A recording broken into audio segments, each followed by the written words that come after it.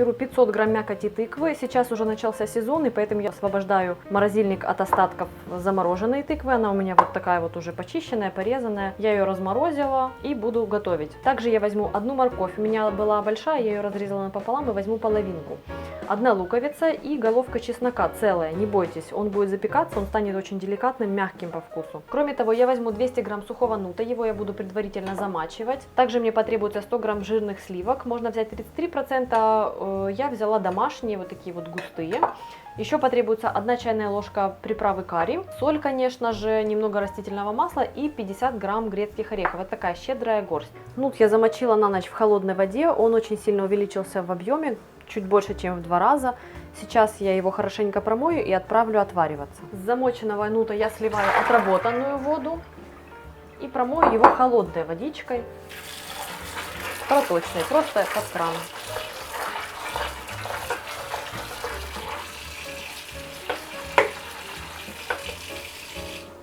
Я залила нут щедрой порцией воды, потому что эта жидкость потом нам потребуется для супа.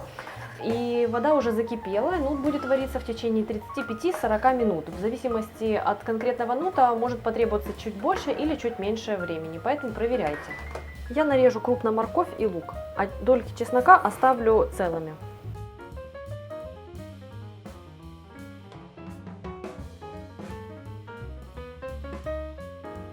Отправляю нарезанные овощи на противень.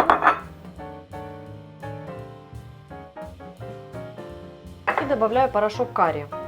Сейчас я пока солить ничего не буду, я уже буду солить тогда, когда суп будет практически готов. Добавлю сюда 2 столовые ложки растительного масла. Я буду их запекать в духовке при температуре 250 градусов в течение 30 минут. Там они карамелизируются, станут ароматными и вкусы станут более интенсивными и насыщенными.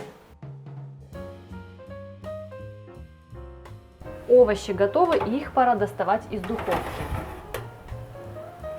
Посмотрите, как они зарумянились, и они стали полностью мягкими. Печеные овощи я складываю в небольшую кастрюлю.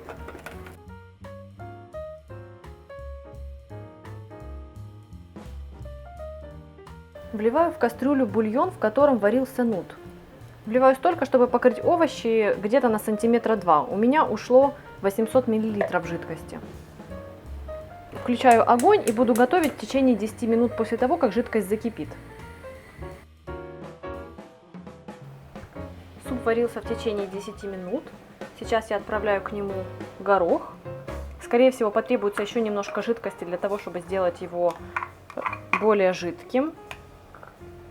Но густоту уже я буду регулировать после того, как пробью его блендером. Сейчас я также добавлю сюда сливки и приступлю к измельчению.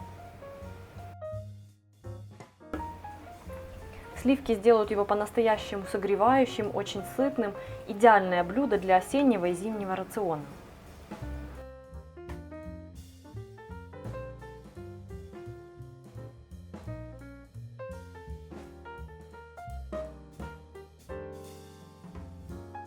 Консистенция супа, как по мне, великолепна. Осталось его посолить по вкусу.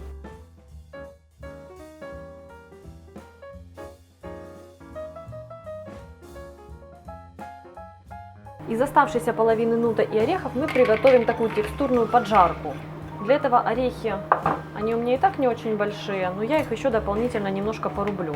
Все-таки, так как у нас суп измельчен блендером, то хочется добавить чего-нибудь такого, что можно, скажем так, пожевать.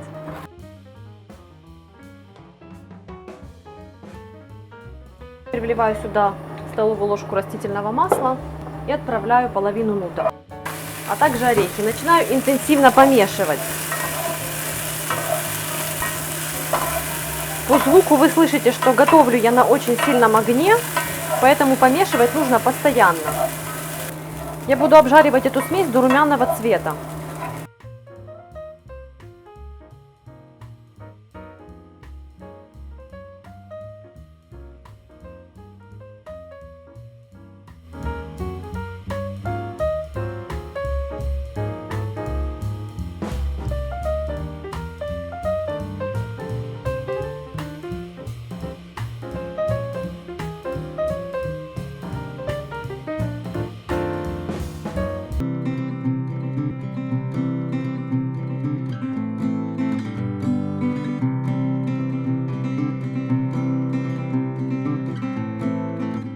На 500 граммов свежих грибов у меня вот такие крупные. Возьмите 200 граммов воды, 120 граммов яблочного или 60-80 граммов столового 9% уксуса, 35 граммов сахара и 10 граммов соли, а также 4 горошины душистого перца.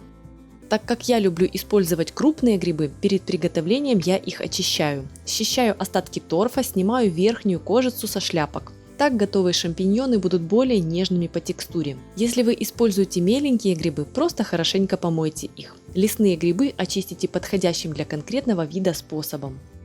Грибы по этому рецепту получаются очень насыщенными, кисло-сладкими по вкусу. Такие хорошо подойдут для приготовления салатов, для подачи к каким-нибудь нейтральным по вкусу блюдам, а также как закуска к сильным напиткам. Если вам захочется более легкого по вкусу маринада, откорректируйте его под себя.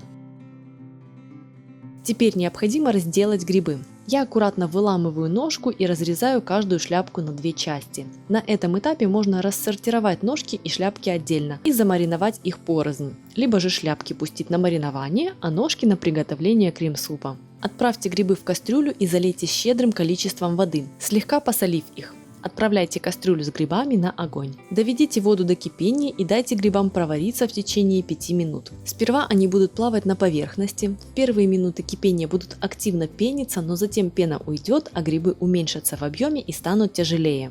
Подготовьте маринад. В кастрюльку всыпьте сахар, соль, добавьте душистый перец. Влейте воду и уксус и отправляйте маринад на огонь. Иногда мне хочется более соленого варианта, и я уменьшаю количество сахара и уксуса в рецепте, чтобы выдвинуть на первый план соленый вкус.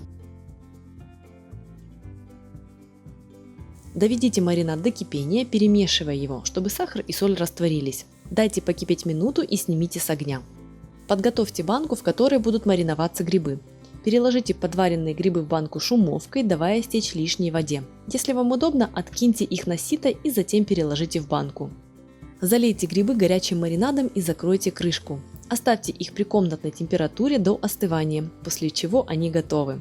Для заготовки впрок используйте стерильные банки и укутайте их в одеяло для более медленного остывания.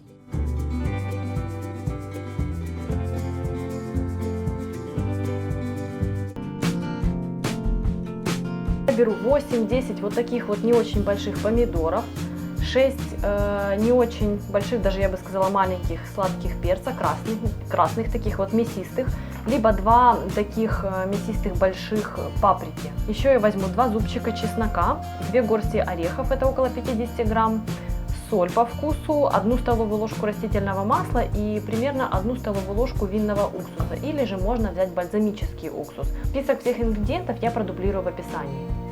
Перец я накалываю ножом для того, чтобы сделать отверстие в кожуре, и буду запекать под грилем до того, как кожица станет черной, почерневшей. Шкурку с перцем очень легко будет снять. Запекаться с перцем я отправляю также помидоры, разрезав напополам.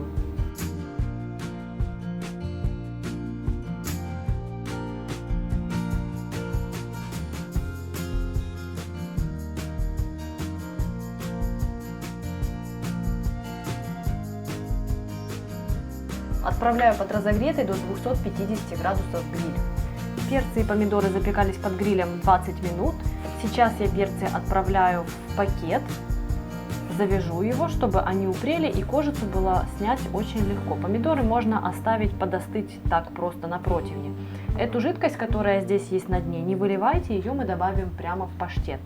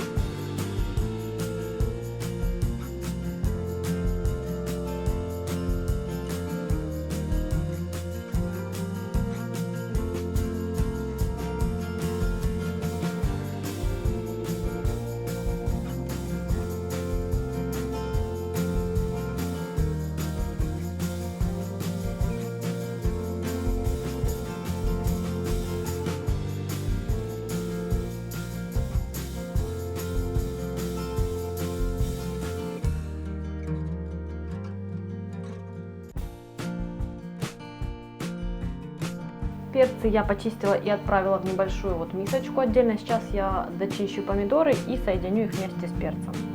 Помидоры я просто выскабливаю вот так вот ложечкой и потом вместе с жидкостью смешаю с перцем. Выходят они очень легко.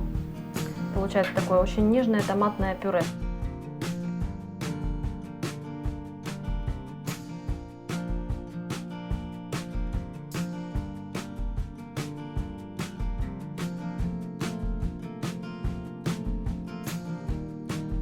Осталась самая приятная часть приготовления. Я смешиваю орехи и чеснок, и сейчас мне это нужно будет измельчить в крошку.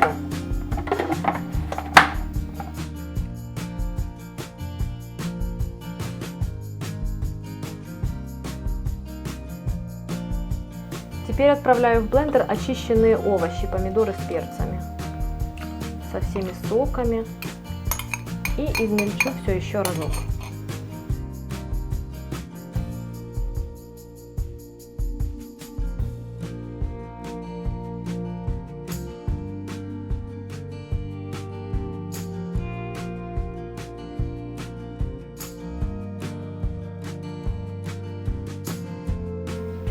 Осталось влить в соус уксус, немного растительного масла и посолить по вкусу.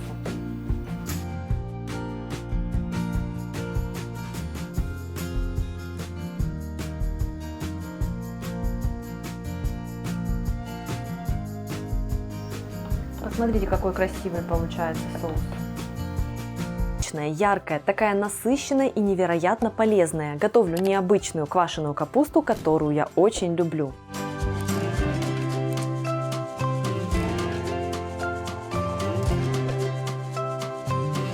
Список ингредиентов сейчас расположен на экране, а также я продублировала его в описании под роликом. Не стоит опасаться остроты из-за перца. За время брожения она станет очень мягкой и приятно согревающей. Отличное дополнение к насыщенным по вкусу блюдам. С кочана снимаю один листок и сохраняю его.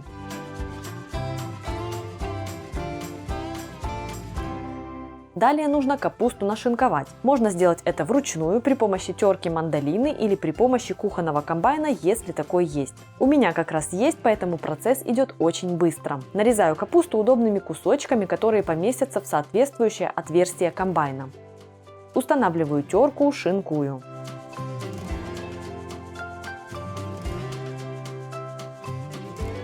Перекладываю капусту в большую миску. Очищаю и нарезаю соломкой корешок имбиря.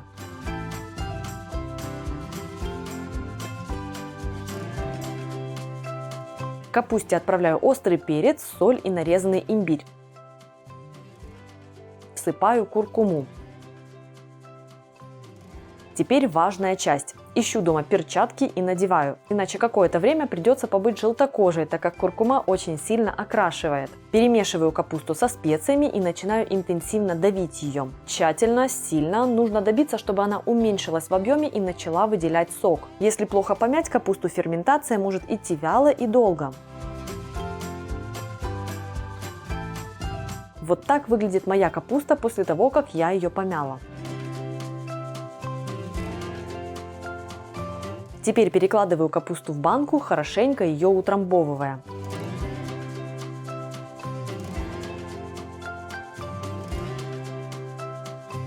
Моя капуста заняла литровую банку и осталось еще пару сантиметров до верха. Прижимаю ломтики, чтобы они были покрыты соком. А теперь сверху укладываю отложенный в самом начале цельный лист капусты. Он будет помогать находиться самим ломтиком в соке и не заветриваться. Банку ставлю в небольшую тарелку и оставляю при комнатной температуре. Пока верхний слой еще очень упругий, он может вздыматься, и чтобы придавить его, я делаю следующее. Наливаю в крепкий пакет немного воды и укладываю его в банку. Этот небольшой вес поможет листу не подниматься в первые дни, а когда процесс брожения пойдет и верхний слой станет не таким жестким, его можно будет убрать. В зависимости от конкретно ваших условий, от температуры в помещении, брожение может занять дней 5, неделю, плюс-минус пару дней. Когда начнут появляться пузыри в толще капусты, раз в день выпускайте их, придавливая капусту вилкой. Если из банки выйдет сок, влейте его обратно в банку во время очередного выпускания газа из капусты.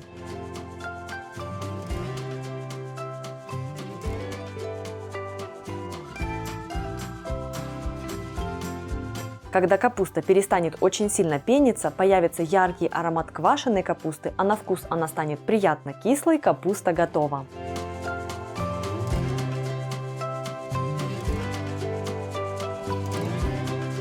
В комплект комбайна входит 4 терки и держатель для них. Фиксируются в держателе терки таким вот образом, плотно защелкиваясь. Устанавливаю держатель с теркой в комбайн и закрываю крышку. Морковь я заранее очистила и нарезала брусочками такого размера, чтобы они поместились в отверстие для подачи ингредиентов. Включаю комбайн на первую скорость. При такой скорости производитель рекомендует работать со всеми терками. После натирания между крышкой и теркой остаются небольшие остатки. Посмотрите, какой они величины. А вот и сама натертая морковь. Как по мне, натерта она прекрасно, и комбайн справился с задачей за считанные минуты. Приготовим заправку для моркови. Для этого измельчите в ступке или любым другим удобным способом кориандр. Добавьте к нему чеснок, а затем уксус.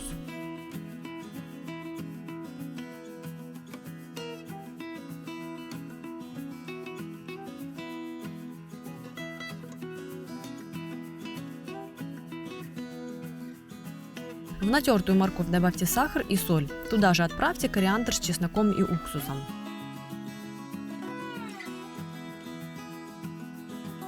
Вымешайте морковь. Я делаю это рукой, аккуратно перемешивая и деликатно сдавливая ее. Соль и сахар помогут моркови пустить сок.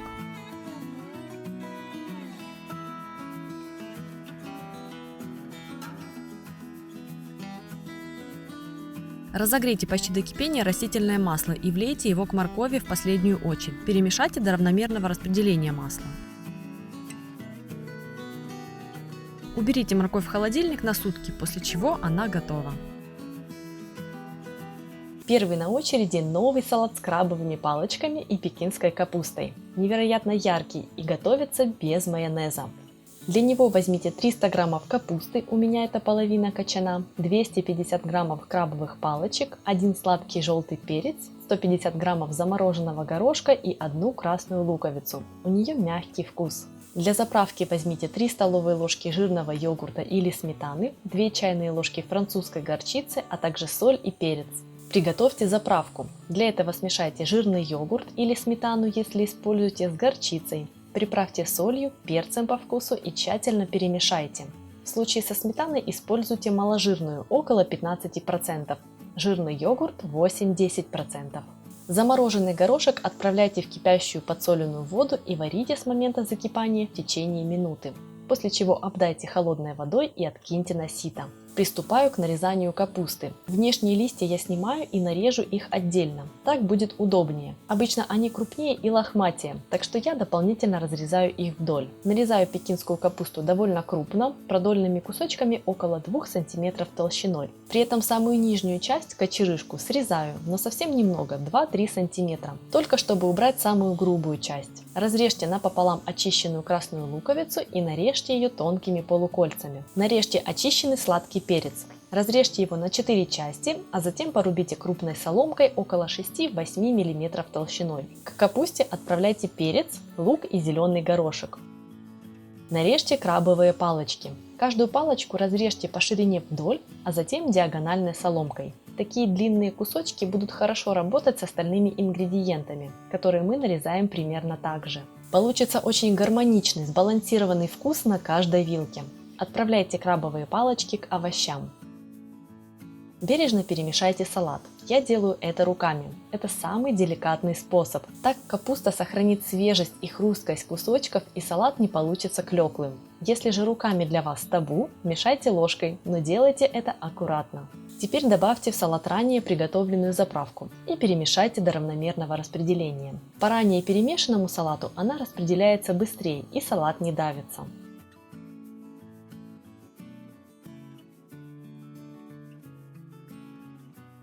Второй салат мой любимчик. Он сытный, очень пикантный, а кусочки хрустящего бекона – настоящая изюминка, придающая и аромат, и интересную текстуру. Для начала я отвариваю куриное филе, чтобы к моменту готовки это не отнимало время. Варю в подсоленной воде в течение 15 минут и даю филе остыть в бульоне. Потребуется 300 граммов пекинской капусты, 1 банка кукурузы, 1 куриное филе, 125 граммов бекона, 3-4 веточки петрушки, 2 зубчика чеснока, 1 столовая ложка майонеза, 2 столовые ложки обычного йогурта, соль и перец.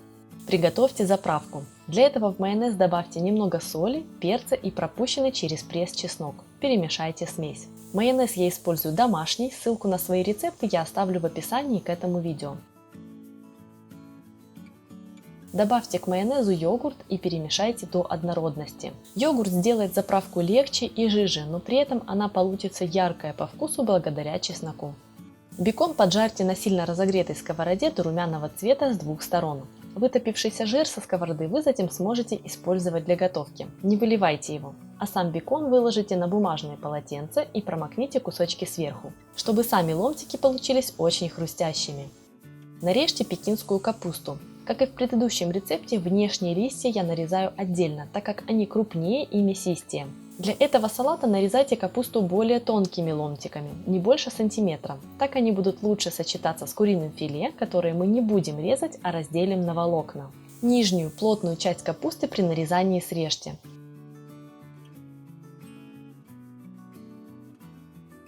Отправляйте капусту в глубокую миску для смешивания. В капусту добавьте кукурузу, откинутую на сито. Разделите на волокна куриное филе и отправляйте его в салат. Такие ломтики отлично распределятся по салату и не будут выбиваться из общего текстурного ансамбля. Посмотрите, какие по размеру кусочки получились.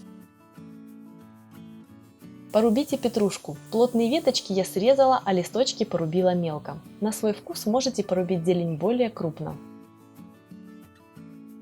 Теперь нарежьте хрустящий бекон. Нарежьте его квадратиками размером около 1,5 см. При этом я складываю бекон стопочкой, чтобы нарезать было удобнее.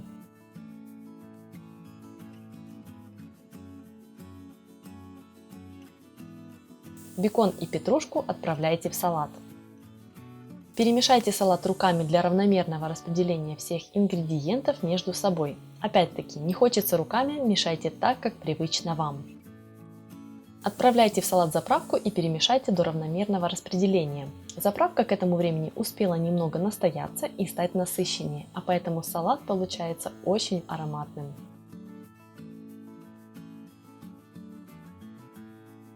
Пришло время приготовить третий салат, который я очень люблю. Это по сути отличный обед, в котором и сытное мясо, и вкусные овощи, а также яркая сезонная заправка. Для него возьмите 300 граммов пекинской капусты, 250-300 граммов говядины, примерно столько же очищенной тыквы, горсть клюквы, которая придаст приятную кислинку, 3 столовые ложки простого йогурта, 1 столовую ложку меда, горсть тыквенных семечек, а также соль и перец. Также потребуется немного растительного масла. Нарежьте тыкву ломтиками толщиной 4-5 мм. У меня небольшая мускатная тыква, она сладковатая и ароматная. С ней отлично будет сочетаться заправка с клюквой и насыщенный вкус говядины. Посолите мясо. Я солю щедро с одной стороны, а затем распределю специи. Также добавьте соль и к тыкве. Приправьте мясо и тыкву перцем.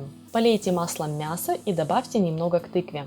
Мясо хорошенько обмажьте маслом, перевернув кусочек и смазав его и со второй стороны.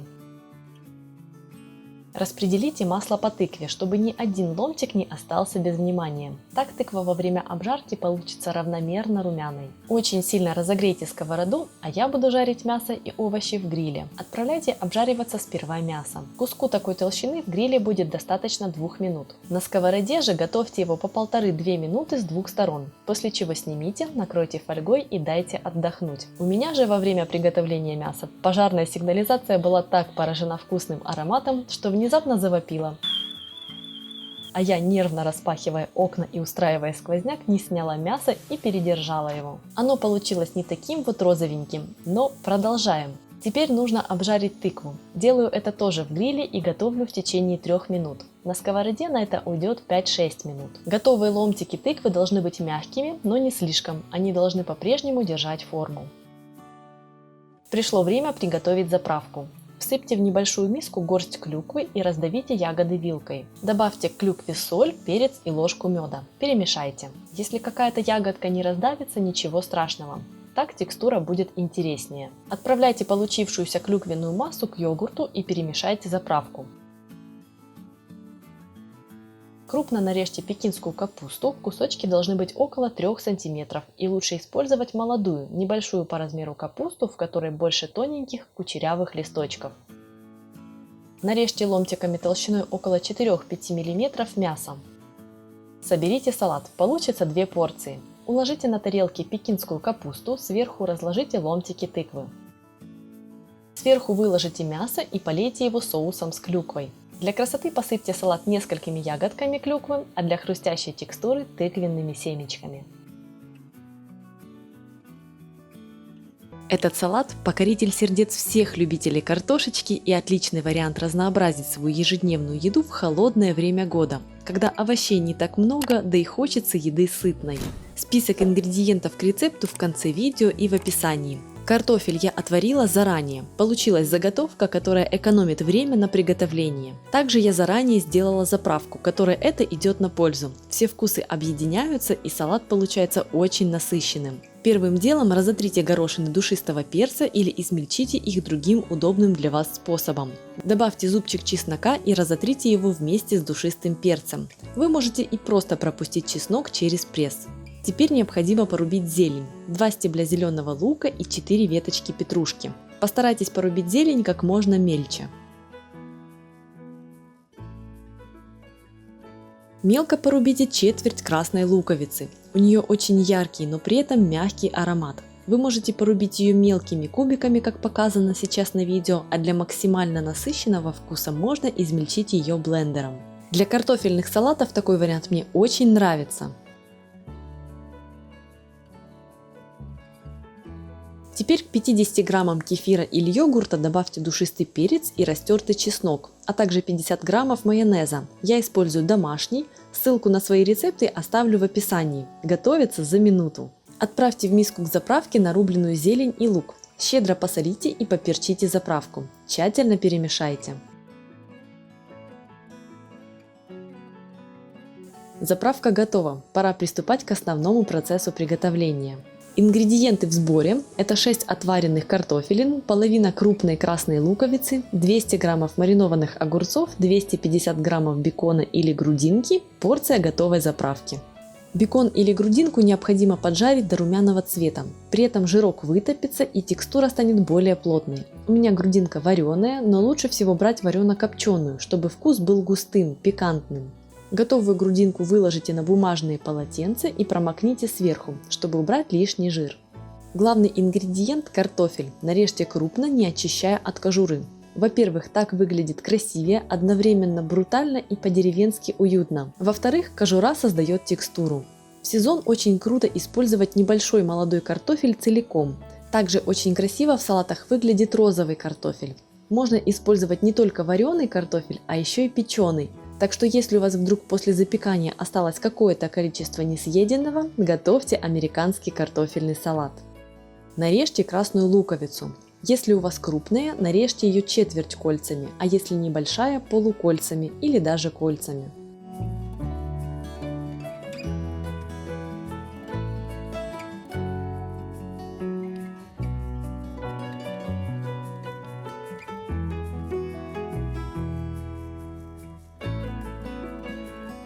Добавьте в салат маринованные огурцы. Как я уже говорила, я использую свои пикули. Они уже нарезаны кружочками и имеют очень насыщенный кисло-сладкий вкус.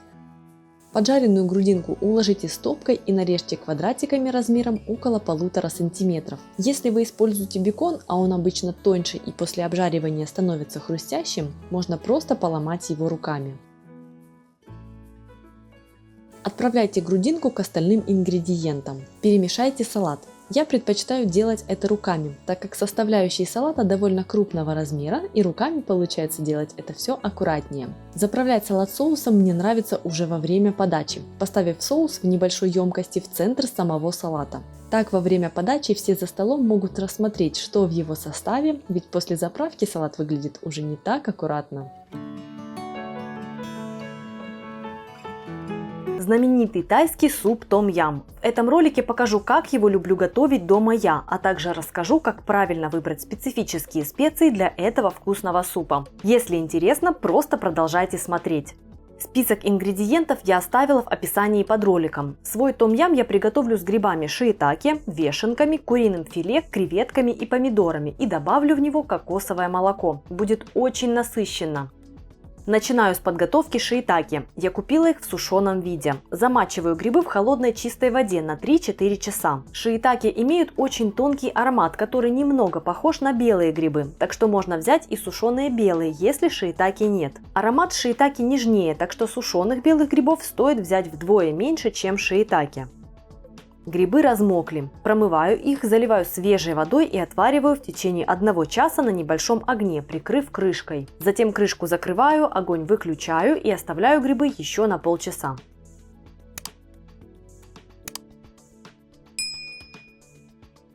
Займусь остальными ингредиентами. Очищаю креветки. У меня тут крупные сырые креветки в панцире. Аккуратно разрезаю ножницами панцирь вдоль спинки, удаляю кишечную вену. Мясо отправляю в тарелку, а панцири сохраняю. Если используете уже вареные креветки, просто разморозьте их в холодильнике и очистите. Отправляю панцири в кастрюлю и вливаю 500 мл воды.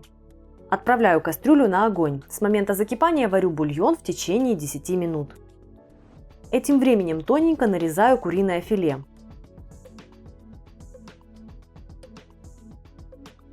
Открываю кокосовое молоко. Напоминаю, что для супа том-ям этот ингредиент не обязательный, но он смягчит остроту супа, сделает ее приятной, а вкус блюда получится более глубоким. Отмеряю нужное количество кокосового молока. Кстати, на моем канале есть видео о том, как открыть кокос и как приготовить кокосовое молоко самостоятельно. Ссылку оставлю.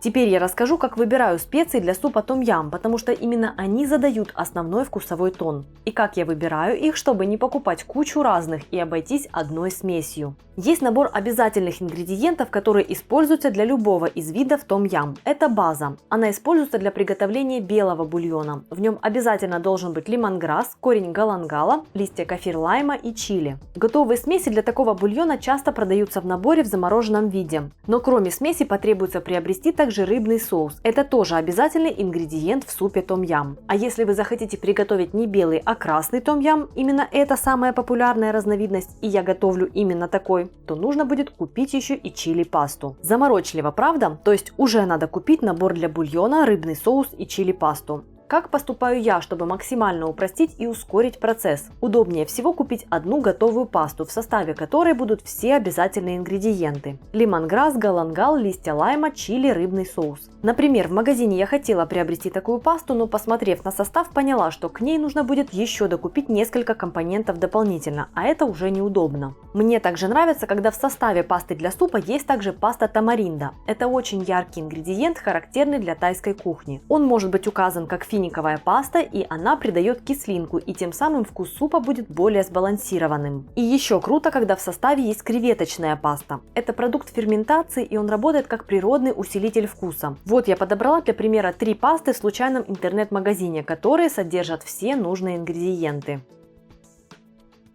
Едем дальше, продолжаем приготовление. Бульон из панцирей креветок процеживаю через сито и доливаю водой, чтобы объем жидкости был 600 мл. Также я не выливала жидкость от варки грибов, она тоже отправляется в бульон.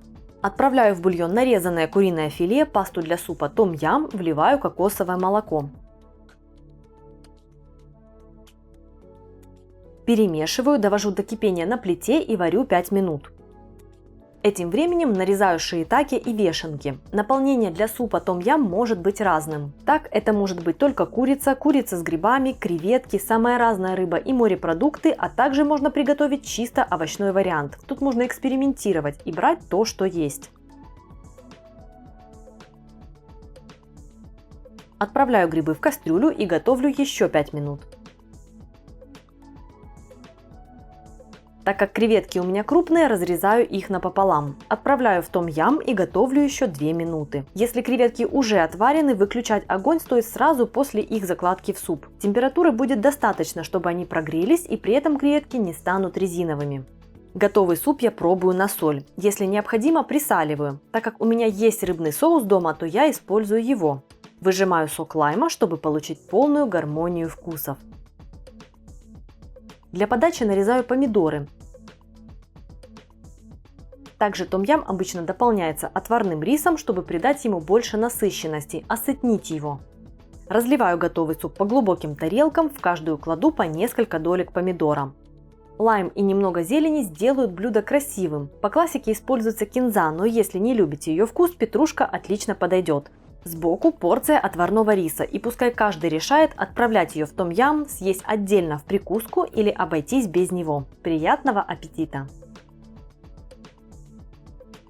Я приготовила популярный омлет торнадо. Самые обычные яйца в необычной подаче. Интересный взгляд на омлет глазами модной корейской уличной еды. И мне было очень вкусно. Список ингредиентов для самого омлета очень простой и банальный. Тут главное его форма и подача. Полный список всех ингредиентов я оставила в описании под видео.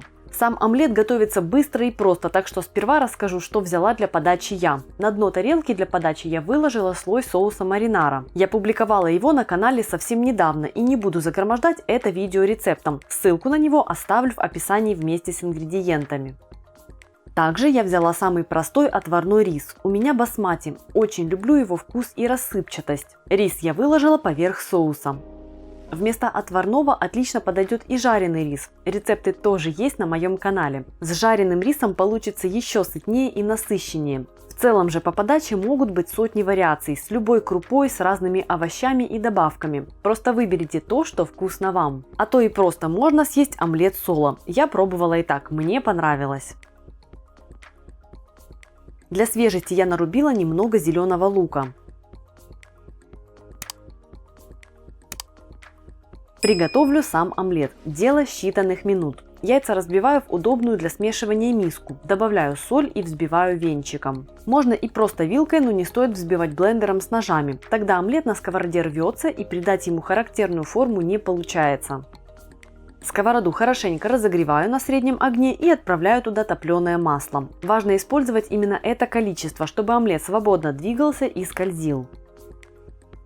Выливаю на сковороду яйца и при помощи палочек для суши формирую складку. А затем аккуратно и не торопясь прокручиваю омлет, чтобы еще не застывшая смесь выливалась на сковороду и образовывала все новые и новые складки. Омлет собрался в красивую спираль. Сверху яйца остаются не до конца проготовленными, но уже успевают загустеть и превращаются в кремовую массу. Такой омлет получается нежным и не сухим. Это очень вкусно. Переношу омлет на рис с томатным соусом. Поливаю кокосовыми аминами, можно взять соевый соус или другой по желанию. Добавляю зеленый лук и блюдо готово. Такой красивый омлет у меня получился со второго раза. Первый раз я взбила яйца блендером, и омлет на сковороде не был эластичным и рвался. Со второго раза все вышло прекрасно, хоть изначально я и думала, что руку придется набивать. Результат меня очень порадовал, и я однозначно буду повторять это блюдо в разных вариациях.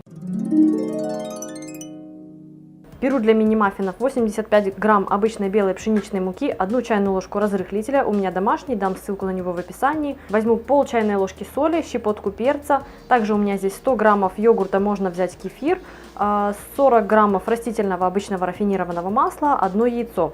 В качестве добавок я буду использовать 40 грамм сыра, у меня пармезан уже натертый, так как я обычно покупаю его кусочком, натираю сразу, чтобы потом было удобно его использовать. 50 граммов какой-нибудь варено-копченой колбасы, она придаст такой вот пикантный аромат. А также я буду использовать зеленый лук, у меня 1 стебель. Сначала я натру на терке колбасу, насколько это у меня получится. Мне нужны небольшие кусочки, потому что у меня мини-маффины. Если вы печете большие маффины, стандартного размера, то можно просто нарезать колбасу небольшими кубиками и все. То же самое с сыром. Я использую мелко натертый сыр, потому что мне надо, чтобы в тесте он распределился максимально равномерно.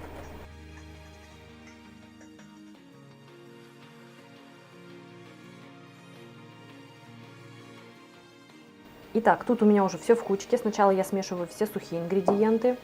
Муку с разрыхлителем добавлю 2 таких щедрых щепотки соли и щепотку черного перца. Просто все вот так вот быстренько смешиваю. И теперь вливаю все жидкие ингредиенты. Кефир или йогурт, растительное масло. яйцо. И сразу же отправляю сюда сыр. Добавок получается довольно много, поэтому маффины насыщенные по вкусу. То есть здесь не будет куча-куча теста и чуть-чуточка добавок. Здесь будут активно чувствоваться те добавки, которые вы положили в тесто. Смешиваю все.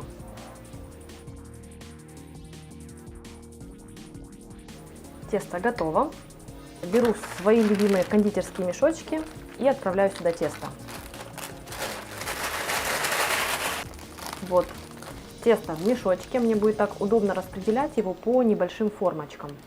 У меня есть вот такая вот милейшая силиконовая форма, емкость вот этих вот ячеечек 15 мл всего, поэтому маффины действительно получатся очень маленькими. Можете печь в любых формах, которые у вас есть. Заполняю их полностью. Хочу, чтобы они еще выросли, вспухли. У меня должно получиться 18 маффинов, на планшете вот 15, и остальное я потом допеку. Отправляю маффины в духовку выпекаться при температуре 200 градусов в течение примерно 12-15 минут. Готовы мои мини-маффины. Посмотрите, какие они румяные и кругленькие.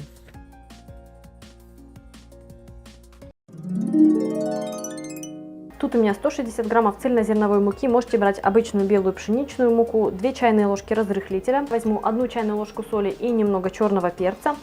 Из жидких ингредиентов буду использовать 200 граммов нежирного кефира, 75 граммов майонеза, у меня домашний, ссылку на него я оставлю в описании, а также 1 яйцо. В качестве добавок я буду использовать 100 граммов оливок без косточек, 2 луковицы, которые я поджарю на небольшом количестве растительного масла, и 75 граммов грецких орехов. Первым делом займусь нарезкой и обжаркой лука.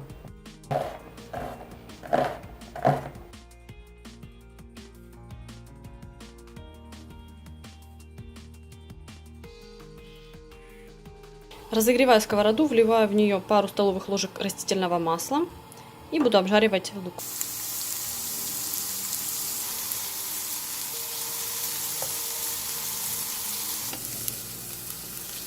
Лук поджарен и остужен. Смешиваю сухие ингредиенты, то есть муку с разрыхлителем. Сюда же отправляю чайную ложку соли и щедрую щепотку перца. Ввожу влажные ингредиенты. У меня здесь нежирный кефир, майонез, а также 1 яйцо.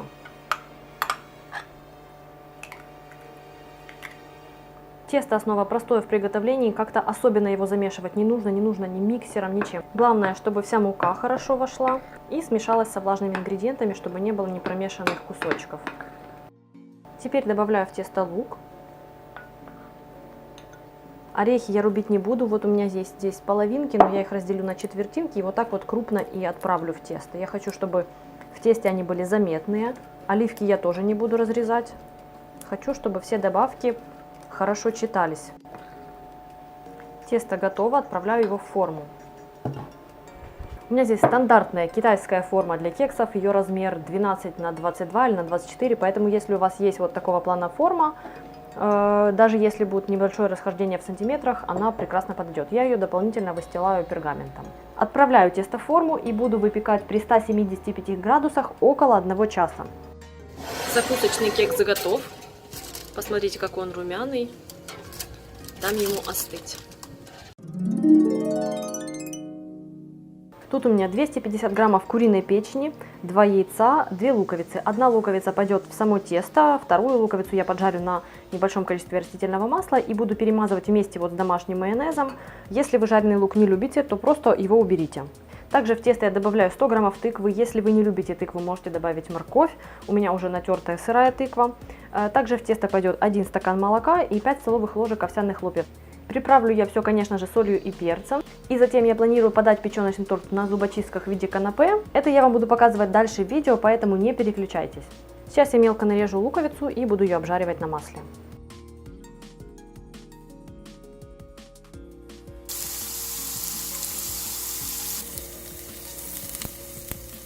Все ингредиенты я буду смешивать при помощи своего кухонного комбайна. Вы можете использовать просто погружной блендер. Отправляю сюда все, кроме молока. Печень, вот так вот очищенный и разрезанный лук, для того, чтобы он быстрее измельчился. Тыкву, овсяные хлопья. Щедро солю все. И добавлю перчик. Взбиваю яйца. Теперь буду измельчать.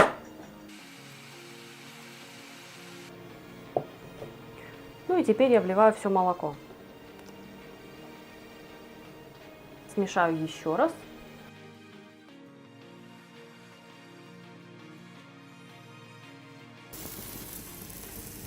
Я пеку коржи под крышкой для того, чтобы их не переворачивать. Я вижу, что корж уже схватился сверху. Если вот так вот он будет трескаться, ничего страшного. Вот посмотрите, какой он румяный.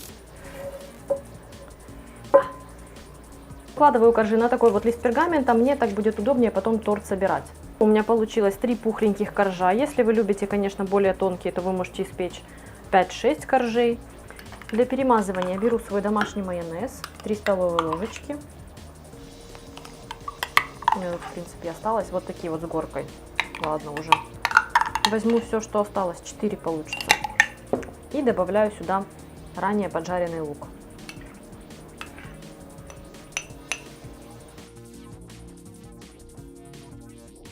Приступаю к перемазыванию моего печеночного тортика.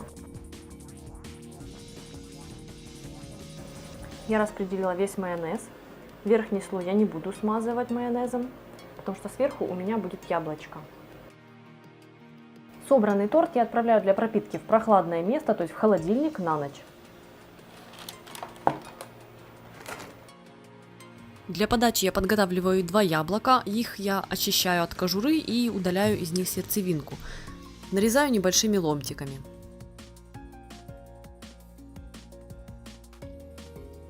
Теперь на сковороду я отправляю 1 столовую ложку с такой приличной горочкой меда.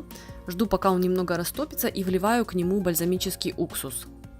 Уксус с медом закипел, я добавляю щепотку соли. У меня получается такой своеобразный сироп, куда я отправляю кусочки яблока. Время от времени помешивая, готовлю на небольшом огне, пока моя карамель не загустеет. Теперь печеночный торт я нарезаю на небольшие кусочки.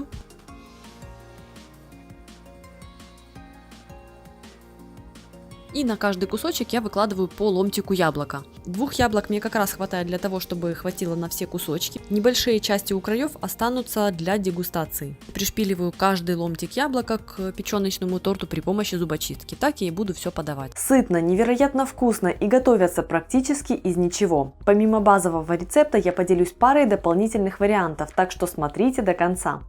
Список ингредиентов сейчас доступен на экране и продублирован в описании под роликом. Из этого количества получится 2 большие порции или 4 небольших. Первым делом подготавливаю картошку. Очищаю, мою, режу крупными кубиками. Картошку нужно отварить, но так, чтобы она не набрала много воды. Именно поэтому я отвариваю ее на пару, кусочками, потому что так будет быстрее. Как вариант, можно отварить картофель в кожуре, а затем очистить, но очистка в сыром виде для меня более быстрая, да и остывают кусочки быстрее, чем целые клубни. Итак, отвариваю кусочки на пару. В зависимости от конкретного картофеля время может уйти разное. Мой был готов за 25 минут. Даю картофелю остыть, после чего разминаю вилкой. Можно также воспользоваться толкушкой, а вот блендер использовать я не рекомендую, так как он сделает пюре клейким и готовые вареники-ньокки будут резиновыми. Я разминаю массу так, чтобы в ней оставались небольшие кусочки для текстуры в готовых ньокки. Если хотите однородной текстуры, разомните картофель до максимальной однородности. Теперь к картофелю отправляю яйцо и соль, перемешиваю.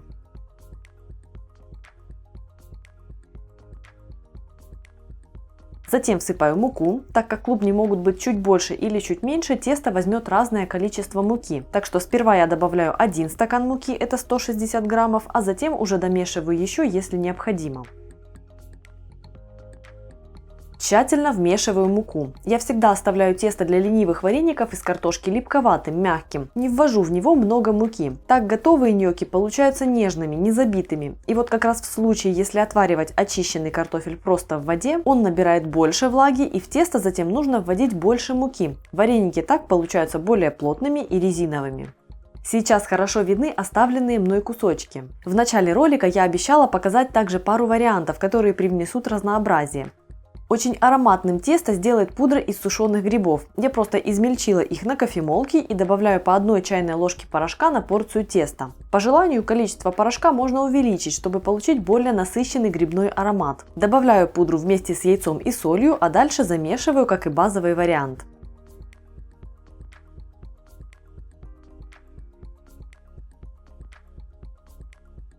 Очень вкусные вареники получаются, если добавить в тесто натертый сыр. Вкус таких вареников будет очень сливочным, а текстура невероятно нежной. Тщательно вмешиваю сыр в картофельную массу до введения муки. Обычно в тесто для сырных ленивых вареников муки входит меньше 140-160 граммов. Кстати, на моем канале есть рецепт сладких творожных ленивых вареников. Там целых 6 вариантов в одном ролике. Ссылка будет в описании. Независимо от того, базовый это вариант или с добавками, формую все ньокки одинаково и максимально лениво. Делю тесто на порции, из которых удобно выкатывать жгуты, а затем режу брусочками. Можно сделать их продолговатыми или квадратными, или придать вот такую форму, как у меня в варианте с добавлением сладкого перца. Я придала ее вареникам при помощи коврика для суши.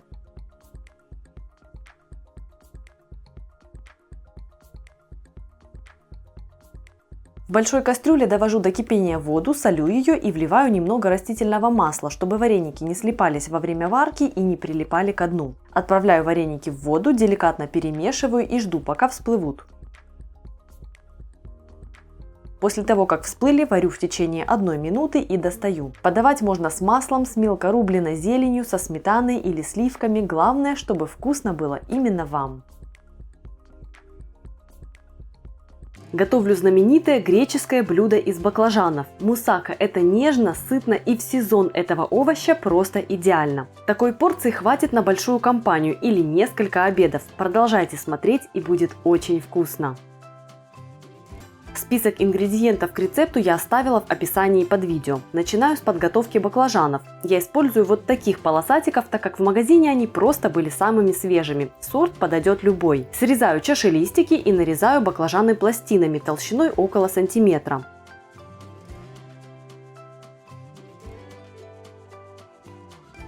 Теперь я укладываю баклажаны в глубокую емкость слоями, тщательно присаливая каждый слой. Соль растворится и вытянет влагу, и если баклажаны с горчинкой, соль вытянет и горечь. Оставляю баклажаны на 20-30 минут, вот такими они стали. Теперь нужно избавить их от лишней жидкости. Для этого я выкладываю их на разделочную доску, застеленную бумажными полотенцами, и хорошенько промакиваю их полотенцами сверху. Теперь баклажаны нужно приготовить. По классике для мусаки их обжаривают в раскаленном масле, но я, так сказать, экономлю на калориях. Немного смазываю их маслом при помощи кулинарной кисточки, выкладываю на противень, застеленный пергаментом, и запекаю в духовке при 200 градусах в течение 15-20 минут. Недавно на моем канале вышел рецепт вкуснейшей сытной пиццы на мясной основе, без теста. Отличный рецепт с сезонными кабачками. Ссылку оставлю в описании.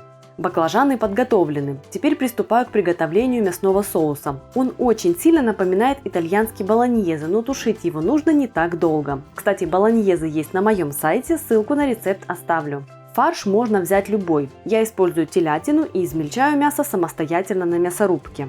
Нарезаю небольшими кубиками лук и рублю чеснок.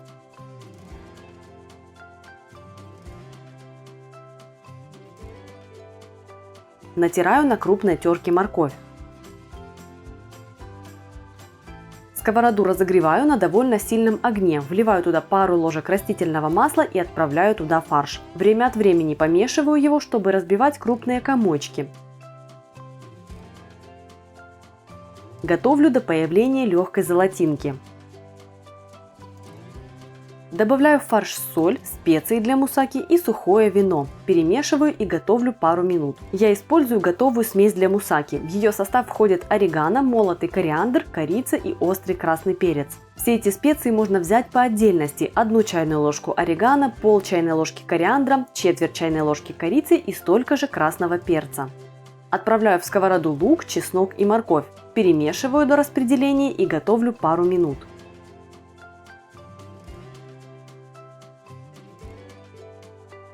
Вливаю в сковороду томатный сок, перемешиваю и оставляю тушиться на небольшом огне минут 10, пока жидкость не выпарится и соус не станет густым. Готовый соус оставляю в сковороде. Теперь приготовлю быстрый вариант соуса бешамель. Процесс по классике можно увидеть в моем видео «Макароны с сыром», ссылку оставлю. В этом рецепте мне захотелось ускорить процесс, так что пойдем по пути заварного крема. Итак, в кастрюлю выливаю молоко и отправляю туда сливочное масло. Отправляю смесь на огонь, пускай доходит до кипения. Этим временем в миску высыпаю муку. Добавляю соль и перец. Вбиваю яйца. Тщательно перемешиваю смесь венчиком до однородности. Когда молоко с маслом закипит, помешивая, вливаю его в яичную смесь. Вливаю где-то половину, перемешиваю, а затем выливаю все обратно в кастрюлю. Перемешиваю и возвращаю будущий соус на огонь. Помешивая, варю соус до загустения. Отправляю ложку соуса бешамель в мясной соус и перемешиваю. Бешамель сделает его более нежным и шелковистым. Натираю на терке сыр. Я использую чеддер. Очень круто сюда подойдет овечий или козий сыр. Они придадут пикантности и яркости, и для греческой кухни эти виды очень характерны. Теперь приступаю к сборке. На дно формы плотным слоем выкладываю 2/3 баклажанов. Размер моей формы 22 на 22 см. Распределяю поверх баклажанов мясной соус плотным слоем. Сверху выкладываю оставшиеся баклажаны. Распределяю сверху соус бешамель и разравниваю его.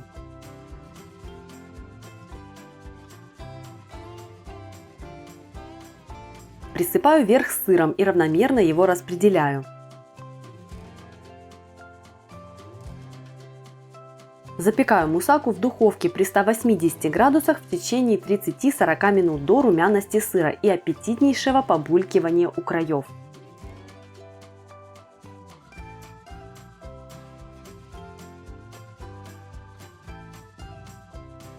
Начинаю с приготовления простого и сытного, такого густого и согревающего супа-пюре. Список ингредиентов доступен на экране и продублирован в описании. Шампиньоны чищу от остатков торфа, после чего нарезаю произвольными кусочками. Сковородку разогреваю на сильном огне, отправляю туда топленое масло и грибы. Не убавляя огонь, обжариваю грибы до румяности, время от времени помешивая. Пока жарятся грибы, нарезаю луковицу и картофель. Картофель небольшими кусочками. Отправляю лук и картофель к грибам, когда грибы зарумянятся. Обжаривание грибов придает супу очень насыщенный вкус. Готовлю, помешивая, пока лук не станет прозрачным. Отправляю грибы с овощами в кастрюлю и вливаю бульон. У меня куриный, но можно использовать овощной или просто воду. Сперва я вливаю то количество, которое указано в списке ингредиентов. Дополнительную жидкость всегда можно добавить, чтобы добиться желаемой консистенции. Отправляю в кастрюлю горсть сушеных белых грибов для усиления аромата. Довожу смесь до кипения, закрываю суп крышкой и варю на минимальном огне в течение 20 минут. Теперь отправляю в суп плавленый сырок и пробиваю его блендером. Если не хотите использовать сырок, возьмите жирные сливки. После измельчения приправляю суп солью, перцем и мускатным орехом. Мне нравится густая консистенция супа, как на видео. По желанию доведите суп до той консистенции, которая нравится вам.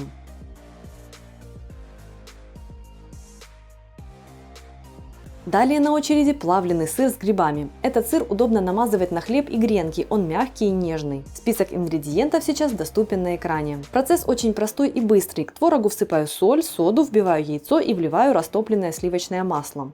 Пробиваю смесь блендером, чтобы разбить крупные фракции и процесс плавки был быстрым. В этом видео плавлю сырную массу в мультиварке, но можно воспользоваться микроволновкой, как я это делала в предыдущем видео с твердым сыром, или же готовьте на водяной бане. Время от времени помешивайте массу, чтобы крупинки творога плавились равномерно. Когда масса станет однородной и жидкой, она готова. Всыпаю в сырную массу грибную пудру и тщательно перемешиваю. Переливаю сыр в удобную формочку, накрываю пищевой пленкой в контакт, чтобы сверху на сыре не образовалась корочка. Перемещаю сыр в холодильник, и как только он остынет и стабилизируется, он готов.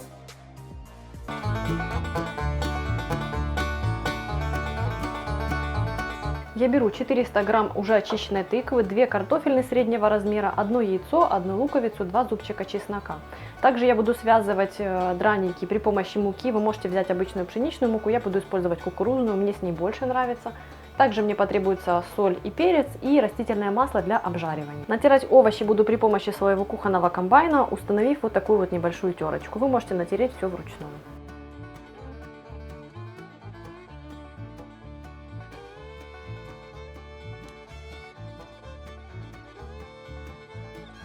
Нарежу луковицу.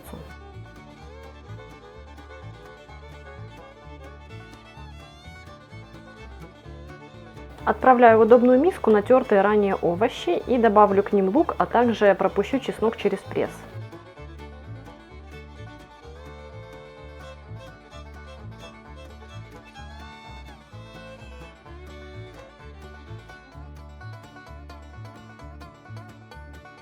Щедро солю, чтобы сбалансировать сладковатый вкус тыквы, и картошка очень любит соль. И добавляю перец. Взбиваю яйцо и сейчас перемешаю до объединения.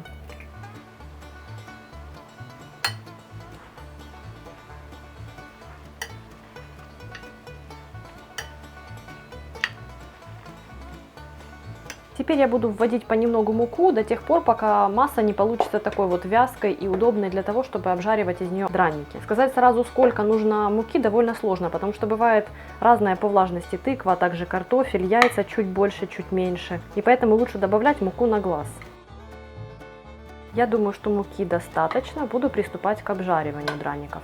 Я влила на сковороду пару столовых ложек растительного масла, хорошо ее разогрела, и теперь буду обжаривать драники. Выкладываю столовой ложкой и распределяю до равномерного слоя.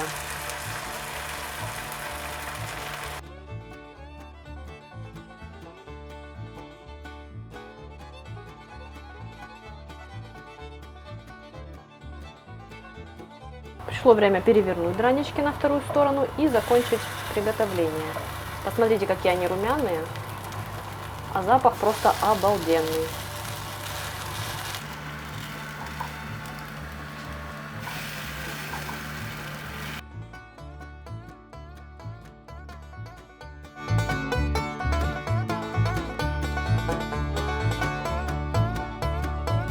Это блюдо обожают все дети. И не только дети. Сытное, невероятно сливочное, сырное. В ролике готовлю два варианта этого знаменитого блюда. Простой, базовый, нежный и очень ласковый, а также вариант с хрустящей корочкой сверху. У меня есть маленькая хитрость, которая делает макароны с сыром еще более насыщенными по вкусу. Если интересно, продолжайте смотреть. Набор ингредиентов для блюда очень простой, и точное количество каждого ингредиента я оставила в описании под роликом. Я беру макароны из твердых сортов, они не разваливаются и остаются упругими. В этот раз использую цельнозерновые. Лучше брать короткие сорта с какими-то завитушками. Они круто собирают на себе густой сырный соус.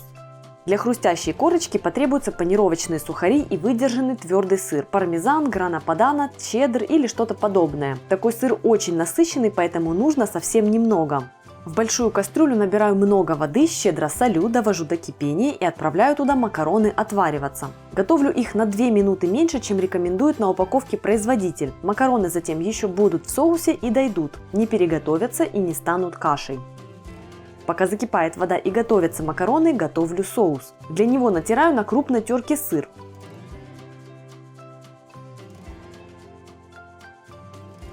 В сковороду отправляю сливочное масло, даю растопиться и всыпаю муку.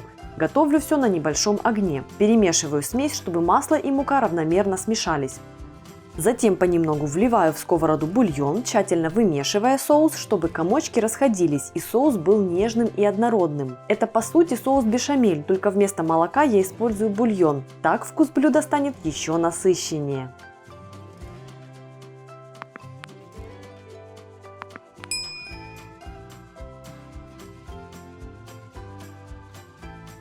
Я ввела весь бульон, соус получился очень красивым, нежным, комочков нет. Добавляю немного перца. Так как бульон у меня был подсолен, то соль в соус не добавляю. По желанию можно добавить мускатный орех. Перемешиваю соус, довожу до кипения и отправляю в него натертый сыр. Перемешиваю, чтобы весь сыр разошелся.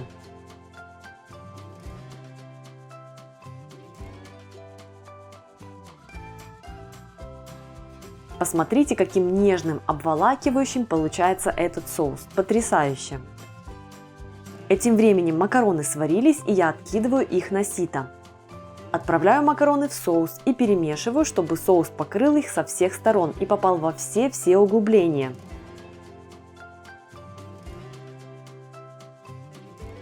Итак, базовая, простая вариация блюда готова. Какая сливочность и нежность! Теперь идем дальше и сделаем макароны с сыром и хрустящей корочкой. Включаю духовку в режиме гриль, температура 200 градусов. Если нет режима гриль, используйте максимальный верхний нагрев. Натираю на терке выдержанный сыр и смешиваю его с панировочными сухарями. В форму для запекания выкладываю макароны в сырном соусе и разравниваю слой.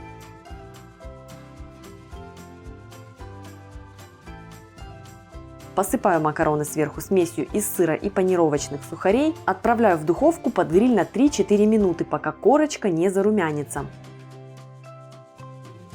Только посмотрите, каким красивым получается блюдо. Нежные макароны с сыром и яркая текстурная корочка сверху. Это очень вкусно. Какой вариант выберете вы? Поделитесь в комментариях.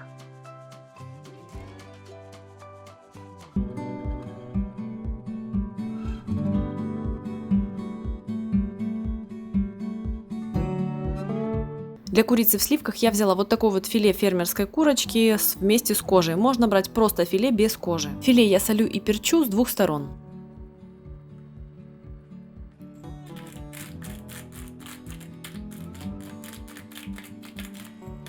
Сразу же очищаю и режу перьями 2 луковицы, для того, чтобы потом не тратить на это время.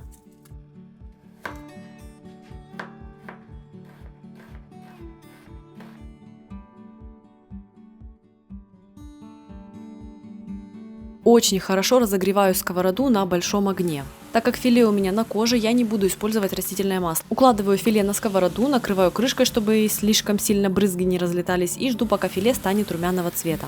Когда мясо приобретет золотистый оттенок, переворачиваю его на другую сторону и буду ждать примерно такого же цвета с обратной стороны. Румяное филе со сковороды я убираю и теперь отправляю туда мой нарезанный лук. Накрываю крышкой и буду готовить его до румяности. Время от времени крышку я буду открывать. Благодаря крышке лук будет упариваться, он станет прозрачным, мягким и нежным. Лук я также приправляю немного солью, так как он сладковатый по вкусу, нам нужно добиться баланса. Вливаю в лук сливки, жду пока они закипят и затем отправляю туда ранее поджаренное куриное филе. Готовьте мясо в течение 12-15 минут с открытой крышкой, для того чтобы сливки выпаривались и загустевали. Филе получается очень нежным и очень сочным. Прекрасное мясное блюдо из простых продуктов, которое готовится так легко. Именно поэтому я так люблю готовить его в будни. Подаю как горячее, а после остывания отличная закуска вместо колбасы. В ролике готовлю мясной хлеб, и это очень вкусно. Список всех ингредиентов я оставила в описании под видео. Начну с мяса, которое крупно режу для измельчения на мясорубке. Для этого рецепта подойдет абсолютно любое мясо, а также можно приготовить буханку из рыбы. Для ролика я готовлю метлов из комбинации куриного филе и свиной лопатки. Я чаще беру по ситуации то, чего хочется и какое мясо есть. Рецепт универсальный. Суммарно потребуется 1-1,2 кг мяса для большой буханки. По желанию можно использовать уже готовый фарш. Готовлю всегда большую порцию, потому что это удобно. Один раз все сделал, и пара-тройка дней есть запас. Теперь крупно режу овощи, которые я измельчу на мясорубке вместе с мясом. Режу крупно луковицу и кабачки. Лук придаст пикантность вкусу, а вот кабачки с их нейтральным вкусом я добавляю для нежности и сочности. Я никогда не добавляю в метлов сухари, они наоборот сделают его суше. В конце ролика я покажу детально, насколько нежным получается этот хлеб. К тому же совсем скоро уже пойдут молоденькие кабачки, так что рецепт не теряйте. Кроме того, вместо кабачков можно смело добавить самую обычную капусту, цветную капусту, брокколи, морковь и свеклу, шпинат, черешковый сельдерей. Можно комбинировать эти овощи, а еще можно добавить зеленый горошек целиком, тоже будет очень здорово. Приступаю к измельчению. Пропускаю через мясорубку мясо и овощи сразу вместе, установив среднюю решетку. Если используете уже готовый фарш, то просто измельчите овощи в блендере или другим удобным способом. Добавляю в фарш специи, всыпаю соль. Добавляю копченую паприку. Она добавит очень легкий и приятный аромат дымка и создаст шашлычное настроение. Добавляю молотый кориандр и черный перец. Вбиваю к фаршу яйца и тщательно вымешиваю фарш. Нужно вымешать не только до однородности, а еще и до того состояния, когда фарш становится слегка вязким, упругим. Часто по такому принципу вымешивают котлетный фарш. Вот тут такая же схема. Если не хочется вымешивать вручную, используйте миксер с насадками-крюками, кухонный комбайн или планетарный миксер с насадкой весло или как для песочного теста. Вот таким должен получиться фарш. Он вязкий, и это значит, что готовый хлеб не будет распадаться и будет классно резаться. Теперь я смазываю небольшим количеством масла форму для выпечки. У меня форма размером 12 на 22 сантиметра, это без бортиков. Можно выпекать в стеклянных формах, керамических, в упругих силиконовых, в разъемных круглых или в глубоком противне в виде пласта. Или вовсе в форме для порционных кексов, что есть, то и используйте. Отправляю в форму весь фарш. У меня количество фарша как раз помещается в мою форму так, чтобы получился красивый пузатенький хлеб. Заполняю форму и приглаживаю верх. Отправляю мясной хлеб в духовку, разогретую до 240 градусов, и пеку при такой температуре в течение 20 минут. А затем снижаю температуру до 160 градусов и пеку еще 50-60 минут. Хлеб довольно большой, так что если будете уменьшать порцию, то и процесс будет длиться меньше. Ориентируйтесь по виду. Такой вот режим выпечки сперва схватывает хлеб внешне, а затем при сниженной температуре метлов пропекается уже по всей толще. В итоге хлеб не отдаст много сока наружу, большая часть сохраняется внутри, и я это покажу. После выпечки я даю хлебу отдохнуть в форме минут 10-15, прежде чем подавать как горячее. А если готовлю как закуску и альтернативу колбасе, то оставляю остыть прямо в форме и в выделившемся соке. А теперь разрезаю хлеб. Посмотрите, какая невероятная сочность. Текстура нежная, эластичная. Это очень вкусно и очень сытно.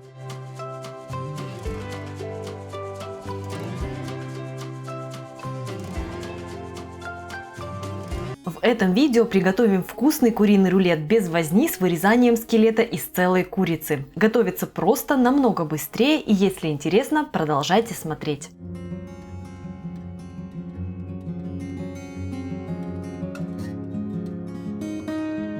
Список ингредиентов сейчас доступен на экране, останавливайте видео для удобства. Сперва я снимаю кожу с грудки. Делается все просто и быстро. Где нужно, аккуратно подрезаю, а в целом кожа легко снимается единым пластом и просто руками. Кожа сделает рулет более сочным благодаря жиру. Впрочем, если не хотите, вы можете кожу и вовсе не использовать. Форму рулет будет держать благодаря приготовлению в фольге. Также снимаю кожу с бедрышек. Если грудки небольшие, эти кусочки кожи могут и не понадобиться, но у меня филе довольно большие, так что думаю, что пригодится и эта кожа.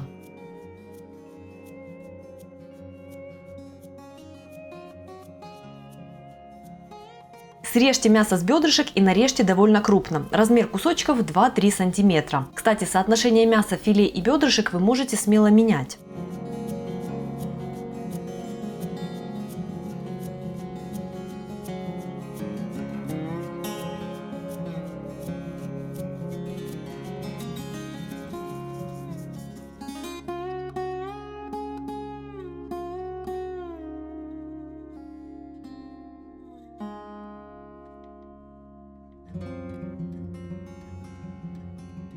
Теперь срежьте филе с грудки. Кости пригодятся для бульона или можно приготовить насыщенный демиглас.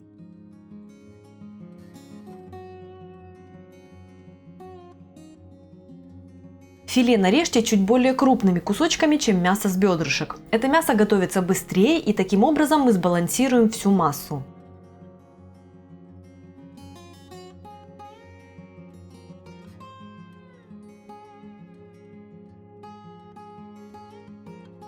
Теперь нужно взвесить получившееся мясо, чтобы понять, сколько соли необходимо добавить. Переложите мясо в удобную миску, в которой вы затем будете смешивать его со специями. Я использую 1% от веса мяса. У меня получилось почти 2 кг мяса, поэтому добавляю 20 граммов соли.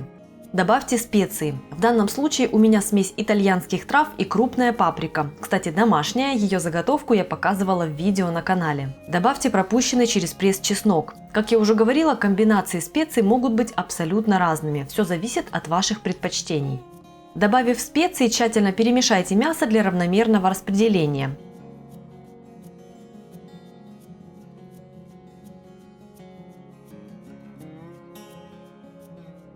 Теперь влейте к мясу холодную воду и перемешайте смесь еще раз. Нужно деликатно промассировать мясо, чтобы вода как бы вошла в него. Сразу после добавления воды масса заметно водянистая, но после аккуратного массажа вода уже не выделяется.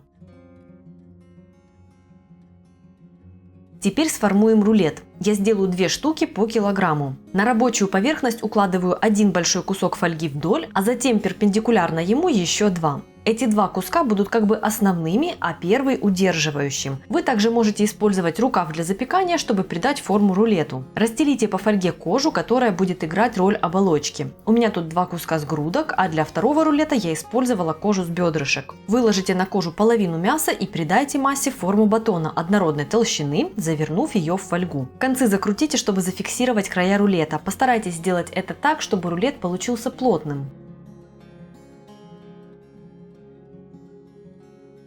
Духовку разогрейте до 200 градусов и отправляйте туда куриный рулет на 60-70 минут. Если у вас есть выносной термометр, контролируйте процесс приготовления с его помощью. Температура внутри рулета должна достигнуть 72-75 градусов.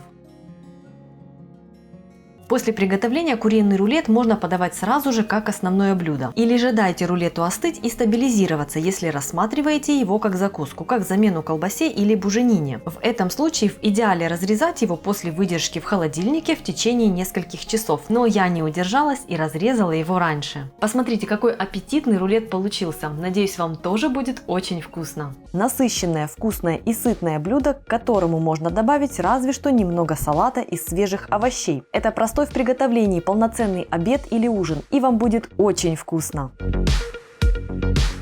На форму размером примерно в половину стандартного противня беру 1 кг мяса, тут у меня куриное филе, 1 большую морковь, 2 луковицы, 200 граммов замороженного зеленого горошка. Также потребуется 500-600 граммов томатного сока, а еще лучше томатов в собственном соку. Специи могут быть любыми. У меня по половине чайной ложки уцха сунели и копченой паприки, а также потребуется соль и 2 столовые ложки растительного масла.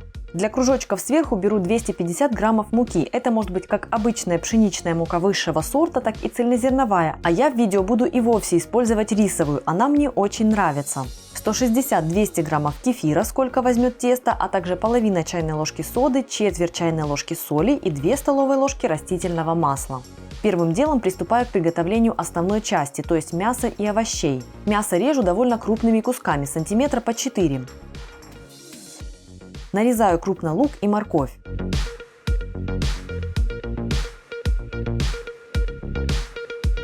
Перехожу к сковороде. Разогреваю ее на сильном огне, вливаю столовую ложку масла и обжариваю мясо так, чтобы оно покрылось румяной корочкой с разных сторон. Важно обжарить мясо, придать ему насыщенный вкус, а поэтому готовлю на сильном огне и не загружаю сковородку сразу всеми кусочками. Если отправить все куски мяса в сковороду сразу, они резко опустят ее температуру и мясо начнет тушиться вместо того, чтобы обжариваться. Обжарить все мясо за раз можно, если у вас большая сковорода. А если она еще и такая, которую можно отправить в духовку, какой-то широкий глубокий сотейник, например, то это будет мега удобно. Сперва делаем обжарку в ней и в ней же отправим готовиться дальше. Но у меня такой нет, так что я обжариваю на своей обычной сковородке. Обжарив мясо, снимаю его со сковороды, а в нее вливаю еще ложку масла и отправляю туда овощи. Готовлю овощи минут 5, помешивая, чтобы они собрали оставшиеся от мяса румяности со сковороды. Всыпаю к овощам специи и перемешиваю, после чего выключаю огонь. Специи прогреются и уже начнут отдавать ароматы. Беру форму для выпечки и отправляю туда половину овощей. К овощам вливаю половину помидоров в соку. Присаливаю слой. У меня, кстати, домашние помидоры, я показывала их на канале. Ссылку на рецепт оставлю в описании, на лето пригодится. Поверх овощей выкладываю обжаренное мясо, присаливаю, а на мясо выкладываю оставшиеся овощи и выливаю вторую половину томатов. Еще немного соли и закрываю форму фольгой. Отправляю форму в духовку, разогретую до 140-150 градусов на 1 час. Когда я использую не курицу, а свинину, то томлю ее в таком виде 1,5-2 часа, а в случае с говядиной или бараниной 2-3 часа, в зависимости от того, какая часть туши. Чем жестче мясо, тем дольше томлю. Теперь занимаюсь подготовкой теста для кружочков, а ниже гарнир в этом блюде. К муке отправляю соль и соду и перемешиваю. Вливаю кефир и масло и замешиваю мягкое тесто. Почему я использую соду в этом рецепте и не гашу ее перед введением в тесто? Во-первых, кефир – это кислый ингредиент, и как раз он вступит в реакцию с содой. Если бы я готовила тесто, например, на воде или на молоке, то взяла бы разрыхлитель. А не гашу соду я потому, что реакция должна пройти в самом тесте, а не в ложке. Детально про это я писала на своем сайте, где можно увидеть разрез изделий, в которых соду гасили и в которых нет. Ссылку оставлю в описании, это очень интересный и наглядный эксперимент. Тесто переваливаю на припыленный мукой рабочий стол и распластываю до толщины примерно в 1 см. Тесто с пшеничной мукой будет более упругим, а у меня оно более рыхлое, так и должно быть. Достав форму из духовки, я сняла фольгу. Температуру в духовке при этом я поднимаю до 200 градусов. Мясо и овощи протомились, и теперь осталось зафиналить блюдо. Небольшой рюмочкой вырезаю кружочки из теста и выкладываю их поверх мяса с овощами. А теперь внимательный зритель спросит, а что же с горошком? И как раз сейчас, перед выкладыванием теста, самое время выложить его поверх овощей, прямо в замороженном виде. Я же так увлеклась съемкой, что просто-таки про него забыла. Что ж, подам уже к готовому блюду. Заполнив форму кружочками, отправляю ее в духовку на 20-25 минут. Напомню, что температуру я подняла до 200. Осталось лишь пропечь тесто, и блюдо готово. Кружочки получаются хрустящими снаружи, а снизу они пропитываются соками блюда. Это особенно понравится тем, кто любит вымакивать кусочком хлеба соки от салата или подливы. И так как про горошек в процессе я забыла, то я просто разморозила его и дополнила им уже готовое блюдо в тарелке.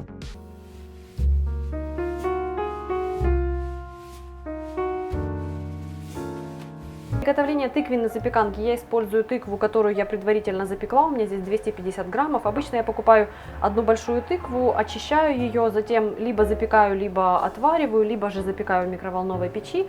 И после этого использую в течение нескольких дней. Также я взяла 400 граммов творога средней жирности 5%, 75 граммов сахара, 25-30 грамм рисовой муки. Если у вас нет рисовой муки, можно использовать кукурузный крахмал, либо же манную крупу. А также у меня 3 яйца. В глубокую миску я отправляю свой творог, тыква. У меня не прям однородное пюре, просто вот как я его запекла, так оно и осталось. Мякоть, сахар и муку. Слегка перемешаю это все. Теперь добавляю яйца.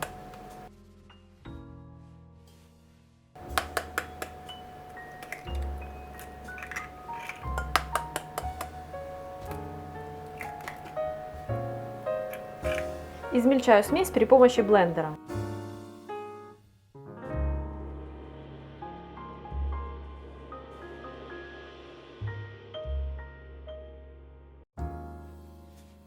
Смесь для запеканки готова. Смесь получилась не очень жидкой, не очень густой, такой вот кремовой, напоминающей сметану. Я смазала форму для выпечки сливочным маслом. Вы можете смазать растительным. Мне со сливочным нравится больше всего. Сюда я отправляю смесь для запеканки.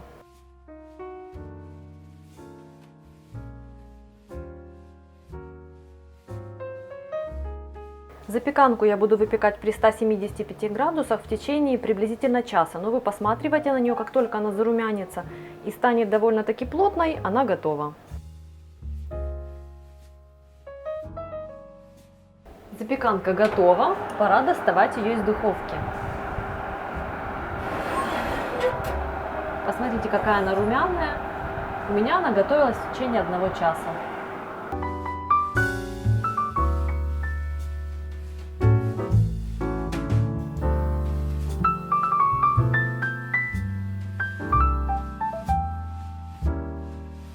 Этот рецепт прекрасен во всех смыслах. Мягкий и сочный, по текстуре торт напоминает любимый многими медовик. Его вкус насыщенный и очень согревающий, а готовится проще простого. Осилит и новичок, а опытным кулинарам просто даст возможность насладиться легким процессом.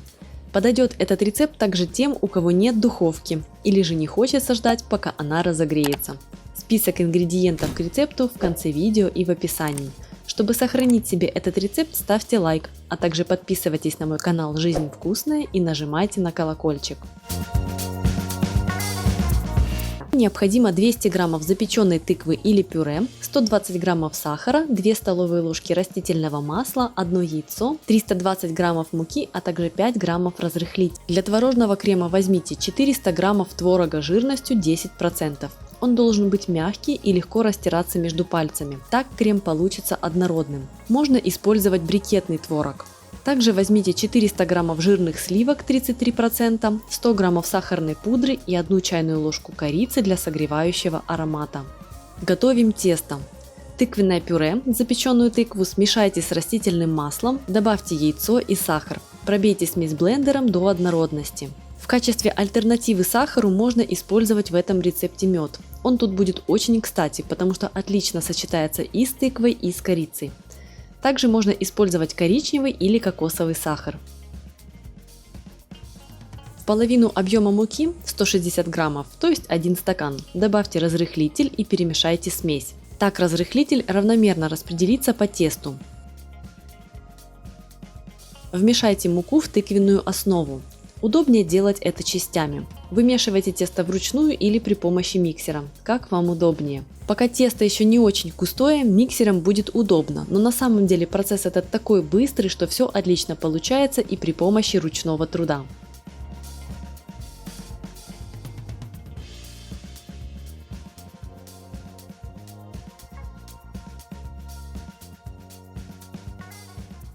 Когда вы введете первую половину муки с разрыхлителем, тесто будет напоминать тесто для оладий. Теперь введите вторую половину муки и перемешайте тесто. Оно начнет собираться в шар, но при этом останется мягким. Пришло время дозамесить тесто. Помните, что оно должно оставаться мягким, поэтому не вводите в него слишком много муки на дозамесе, иначе готовый торт не будет таким нежным, как должен. Щедро припыляйте рабочий стол мукой и месите тесто до той консистенции, когда оно будет еще очень мягким, но при этом из него уже удобно будет раскатывать коржи. При этом оно будет оставаться слегка липким, поэтому подсыпайте муку при работе с ним. Посмотрите, насколько мягким получается тесто, но с ним уже удобно работать. Разделите тесто на 8 порций. Подкатайте каждую часть в шарик для удобства. В итоге у вас получится 10 коржей.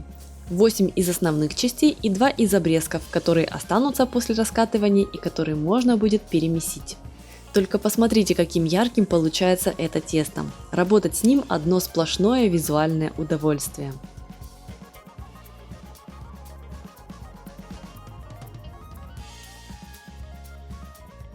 Приступаем к раскатыванию коржей. Щедро обсыпьте колобочек тыквенного теста мукой, расплющите его руками и раскатайте при помощи скалки в тонкий пласт. Он должен быть чуть большего диаметра, чем десертная тарелка, около 20-22 см. Толщина пласта теста должна быть около 1,5-2 мм. И не забывайте во время раскатывания припылять корж мукой. Вырежьте из пласта теста корж, используя подходящий шаблон. У меня тарелка. Если вы планируете печь торт на сковороде меньшего или большего диаметра, ориентируйтесь на нее.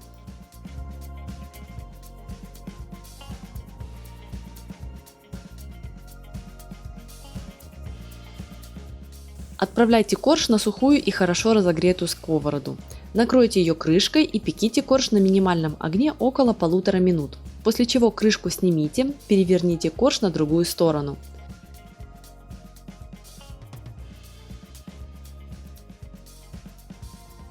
Пеките еще секунд 30, после чего снимите со сковороды.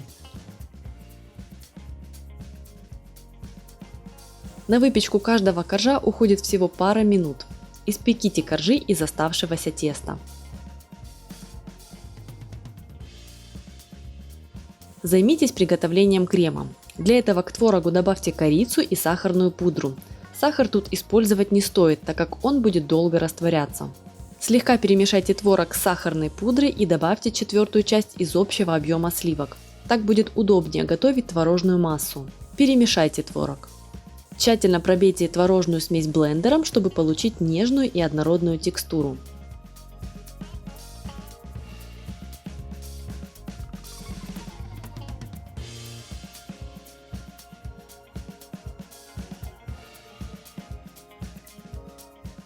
Теперь взбейте оставшиеся охлажденные сливки. Взбивать до состояния крема не нужно. Нужно лишь дождаться, пока они станут пышными, превратятся в мягкую пену. Добавьте в сливки пару ложек творожной массы и взбейте крем. Когда первая порция творога смешается со сливками, добавьте оставшуюся часть творога и взбейте крем до пышного состояния.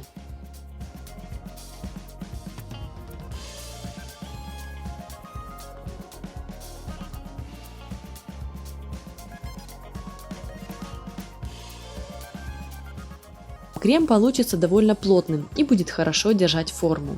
Не как масляный, конечно, но для творожного крема это отличный результат. Таким кремом можно запросто украшать десерты при помощи кондитерского мешка с насадками. При этом крем нежнейший, он отлично пропитывает плотное тесто и готовый торт будет таять во рту.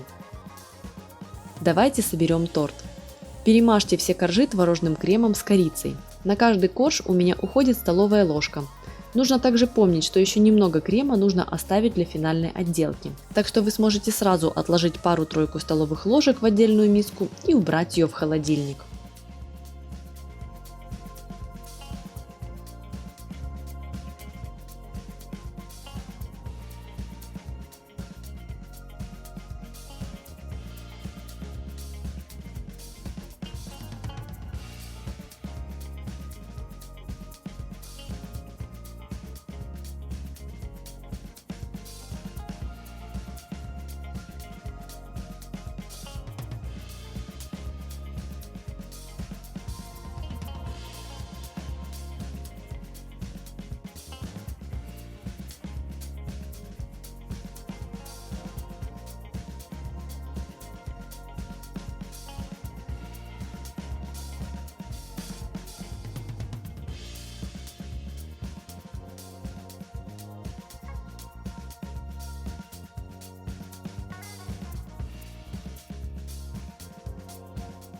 После сборки торту необходимо дать хорошенько пропитаться. Отправляйте его в холодильник на ночь. При этом, чтобы он был ровным, я укладываю сверху небольшую досточку и слегка придавливаю торт руками. Также я закрываю бока торта пищевой пленкой, чтобы пока он пропитывается внутри, края коржей не подсыхали. Когда торт пропитается, можно подровнять края. Эта операция не обязательная, но так будет выглядеть аккуратнее.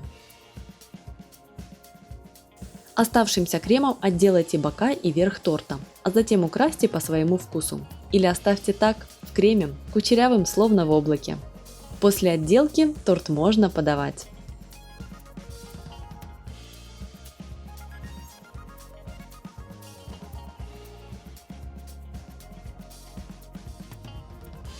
Эти тыквенные пончики словно семечки. Остановиться невозможно, пока не закончатся все. И это без преувеличений один из лучших способов вкусного применения тыквы. А также подписывайтесь на мой канал «Жизнь вкусная» и нажимайте на колокольчик.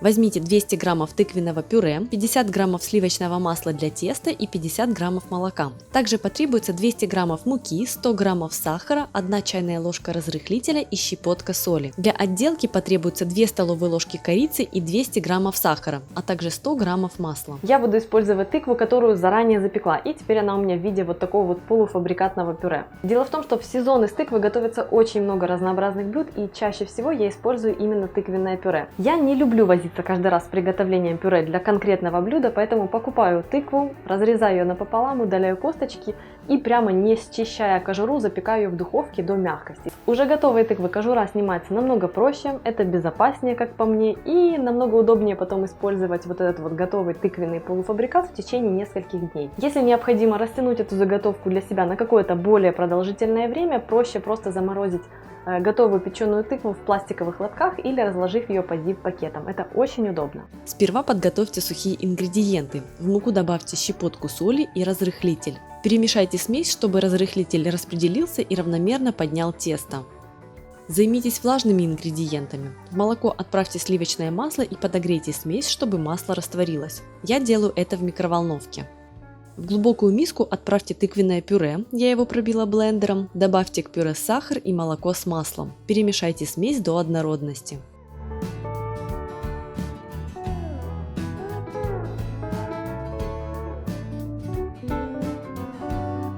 Теперь к тыквенной смеси отправляйте всю муку с разрыхлителем.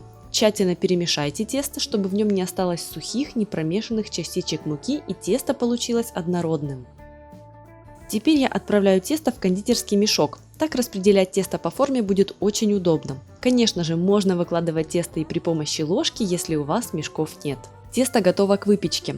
Сейчас пришло время подготовить ингредиенты для отделки, чтобы потом не тратить на это время. Просто смешайте сахар с корицей, а масло растопите. Этого количества ингредиентов хватит на отделку пончиков с двух сторон. Для отделки с одной стороны будет достаточно половины объема, но удобнее отделывать, когда ингредиенты с запасом. Потом смесь сахара с корицей вы можете использовать для приготовления булочек или, скажем, синнабонов. Разогрейте вафельницу и распределите по пластинам теста. Посмотрите, как удобно делать это при помощи кондитерского мешка. Пластины я при этом ничем не смазываю. Закройте вафельницу и выпекайте пончики до румяного цвета. В моей вафельнице процесс занимает 6 минут. Аккуратно достаньте пончики. Я помогаю себе силиконовой лопаткой, чтобы не повредить пластины. Сразу же распределите новую порцию теста. Пока печется следующая партия пончиков и пока предыдущие еще горяченькие, обмакните каждый пончик в сливочное масло, а затем окуните в сахар с корицей и хорошенько покрутите, чтобы сахар пристал к масляному слою на пончике. Проделайте эту операцию со всеми пончиками, с одной или с двух сторон, как вам захочется. Подавайте сразу же, а оставшиеся храните в холодильнике, если, конечно же, такие будут. Которую я заранее просеяла, смешайте с разрыхлителем. Я использую домашний разрыхлитель. Ссылку на рецепт его приготовления я оставлю в описании. Также я добавляю сюда корицу и соль.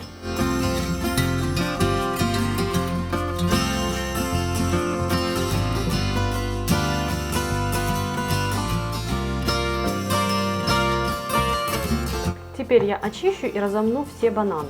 Смотрите, сама мякоть бананов еще не темная, а значит, это как раз то состояние, когда их лучше всего использовать для приготовления бананового хлеба. Сейчас они очень ароматные и их запах очень сильный. Если таких вот спелых бананов у вас нет, вы можете воспользоваться небольшой хитростью. Взять просто спелые бананы, нарезать их небольшими кусочками и заморозить в морозилке. После того, как вы их разморозите, они станут более сладкими, более насыщенными по вкусу. Я разминаю бананы в пюре при помощи вилки. Можно измельчить, конечно же, блендером, но мне нравится, когда попадаются такие небольшие кусочки мякоти. А также можно использовать картофелемялку. Спелые бананы разминаются очень хорошо, очень легко. Вот, консистенция уже такая, как мне нравится, с небольшими кусочками. Кто забыл включить камеру, тот молодец. В общем, я смешала масло с комнатной температурой, размягченное сливочное масло с сахаром до однородности. Сейчас я буду эту смесь взбивать. Изначально я смешала ее с сахаром для того, чтобы просто сахар во время взбивания не начал разлетаться по кухне. Взбиваю.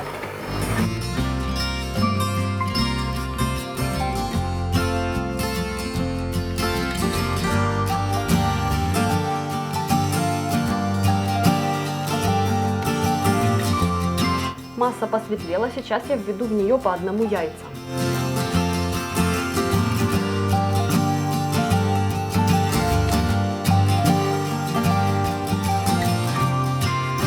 Напомню, что все ингредиенты должны быть комнатной температуры, иначе масло при добавлении холодных яиц или же холодного пюре из бананов будет сворачиваться.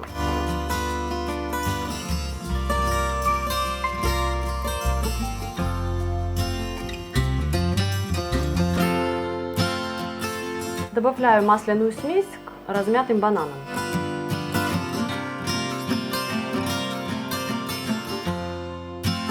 Сейчас я переложу эту смесь в большую по размеру миску, иначе смешивать с мукой тесто мне будет очень неудобно. Добавьте в тесто сухую смесь. На этом этапе тесто можно смешать либо вручную, либо при помощи миксера. Мне больше нравится делать это миксером, потому что так смешивание происходит быстрее и готовый хлеб потом более нежный по текстуре.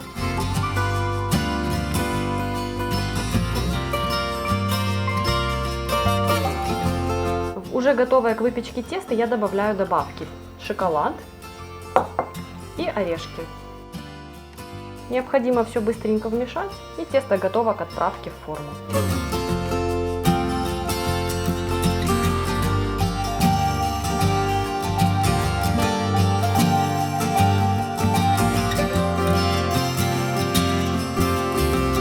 форму для хлеба я заранее подготовила. Несмотря на то, что она у меня стеклянная и можно в ней выпекать, просто смазав ее сливочным маслом, я предпочитаю простелять ее листом пергамента, чтобы потом хлеб было удобнее доставать.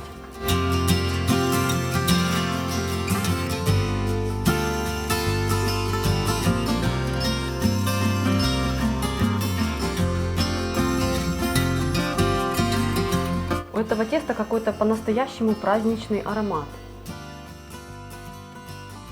Выпекаться банановый хлеб будет при 160 градусах в течение примерно часа. Готовность проверяйте спичкой либо деревянной шпажкой.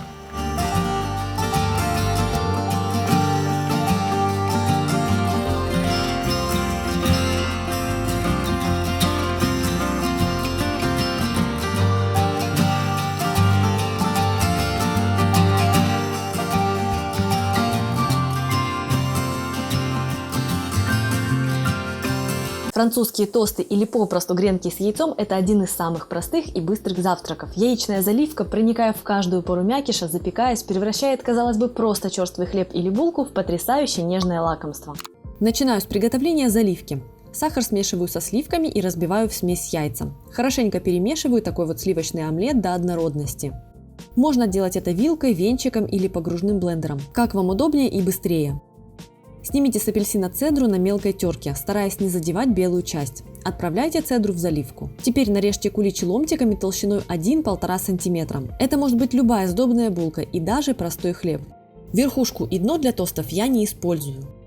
Уложите ломтики в какую-то широкую плоскую посуду. Они должны лечь в один слой.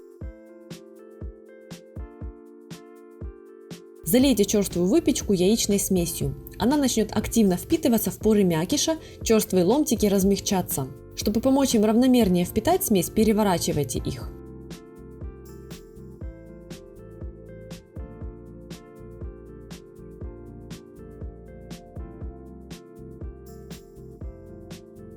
Посмотрите, какие нежные ломтики. При надавливании видно, как хорошо они вобрали заливку.